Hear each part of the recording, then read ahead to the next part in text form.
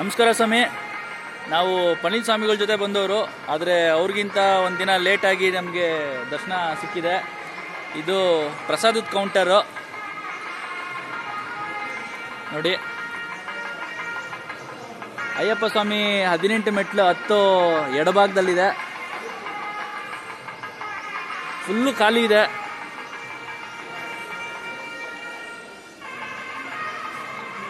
ನಾವು ಅಯ್ಯಪ್ಪ ಸ್ವಾಮಿ ಸನ್ನಿಧಾನಕ್ಕೆ ಹತ್ತಿ ದರ್ಶನ ಮುಗಿಸ್ಕೊಂಡು ಕೆಳಗಡೆ ಬಂದು ಇಲ್ಲಿ ಸ್ವಾಮಿ ಇದೇನಿದೆ, ಇದು ಹೋಮಕುಂಡದಲ್ಲಿ ನಾವು ನಮ್ಮದು ಕಾಯಿಗಳನ್ನ ಹಾಕಿ ಬರ್ತಿದ್ದಾಗೇನೆ ಲೆಫ್ಟಲ್ಲೇ ಇದೆ ಅರೋಣ ಪ್ರಸಾದ ಅಪ್ಪಂ ಕೌಂಟರ್ ಇದೆ. ನಮಗೆ ಎಷ್ಟು ಬೇಕಾದರೂ ನಾವಿಲ್ಲಿ ಪ್ರಸಾದ ತಗೋಬೋದು. ನಮ್ಮ ಸ್ವಾಮಿಗಳ ಕಡೆಯಿಂದ ಮಾಡಿಸಿದ್ದೀವಿ.